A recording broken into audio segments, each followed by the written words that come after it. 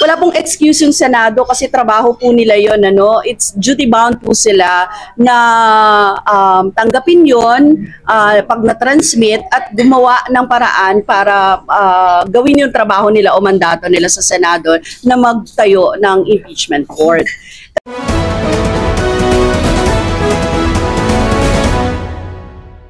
No, dapat, no, obligated po tayong lahat na bantayan ito. Sa Senado ba bantayan?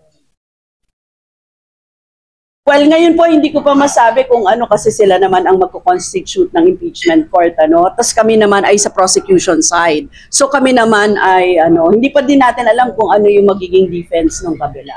Actually, I was expecting na yun yung magiging magiging tanong doon kay Bibi Sara nung yan. Okay. Hindi siya minamadali. Pero yung sa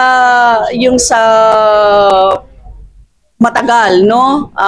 Actually, ang makakapagpaliwanag lang nun ay Secretary General, and he was waiting for the fourth complaint. Kung maaalala ninyo sa mga interview sa akin, hindi ako nawawala ng pag-asa nung time na yon. Pero hindi ko rin alam kung ano yung magiging resulta. Kasi the fourth complaint was the last complaint na sinabi sa amin. So, ang pinupush pa rin talaga namin ay yung tatlong complaints. Saka, wala pong excuse yung Senado kasi trabaho po nila yon, ano. It's duty bound po sila na tanggapin yon pag na-transmit at gumawa ng paraan para gawin yung trabaho nila o mandato nila sa Senado na magtayo ng impeachment court. Kasi ang nakalagay naman doon, 'di ba, parang pagkatanggap mo dapat agad mag-constitute ka ng immediately Yun ang nakalagay, forthwith, yun ang nakalagay sa konstitusyon. So hindi siya minamadali. Ang sinasabi lang natin, they have to act on it. Yun yung mahalaga. They have to act on it. They have to convene as an impeachment court. Yun. Kasi parang yun nga yung reaction niya na parang ang sinasabi daw ng House ay gawin nyo na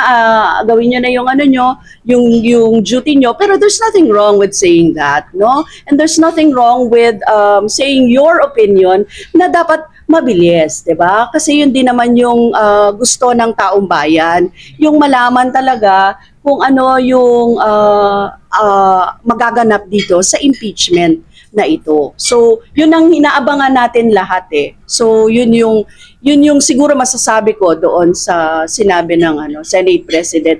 Kung inupuan, that it was my first, second, third naman, no? At yung last lang talaga na impeachment, wala naman siyang time Wala naman talagang ganun 'di ba? Ever so ready naman palagi ang Congress at Senate dapat kapag ganitong mga pagkakataon. Lalong-lalo na duty bound kami pare-pareho. Trabaho namin 'yun.